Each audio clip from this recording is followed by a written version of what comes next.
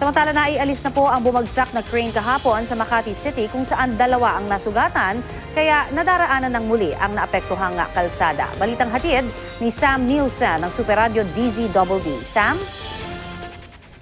Yes, Connie, na ibalik na nga sa normal ang daloy ng trapiko sa kaba ng HV de la Costa Street sa Salcedo Village, Bel Air, Makati City matapos maalis na nga sa kalsada ang nabuwal na tower crane ng ginagawang condominium building makalipas ang 22 oras sa pareham ng Super Radio sa mga manggagawa rito na tinatayong Salcedo Sky Street.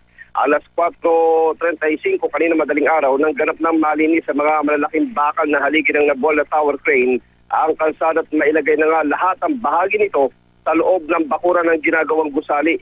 Kinakailangan kaninang wag mo ng padaanan sa mga motorista ang kaba ng HB de la Costa dahil sa pagsaayos pa rin ng Meralco sa mga natirang kawad ng kuryente sa kalye.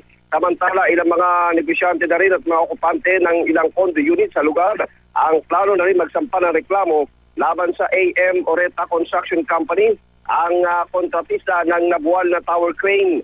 Sa palengko kay Ginoong Ron Convento na may-ari ng isang restaurant sa tapat ng ginagawang gusali, malakian niya ng sales ang nawala at ngayon ay babalikatin daw gastusin sa pagpapasweldo sa mga tao nila na pumasok kahapon pero wala naman silang kinita.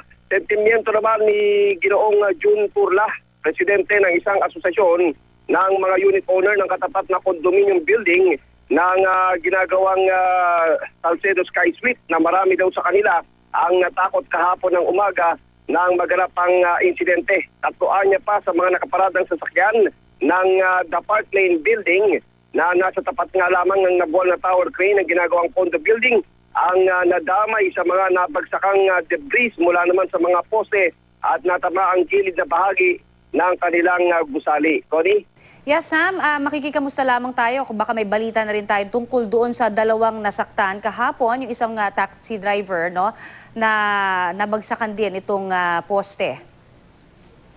Ang binabanggit sa atin nitong Makati City Police, ongoing pa rin daw yung kanilang investigasyon at sa kanilang pagkakaalam ay nasa Makati Medical Center pa rin itong mga biktima. Itong Makati Medical Center, Connie, para sa kabatiran natin mga taga-subaybay, ay isang pribadong ospital kaya walang access ang media para naman malaman kung ano na ang pinakauling sitwasyon nitong mga nasugatan sa insidente, partikular na itong driver ng isang taxi at ng isang nagbibisikletang empleyado, Connie. Meron din ba tayong balita, Sam, kung magsasampa ba ng kaso ang pulisya halimbawa na dahil dito sa nangyaring insidente na ito, dahil ang kalimitan sa mga nangyayaring ganyan ay may kaugnayan talaga doon sa negligence nitong construction company?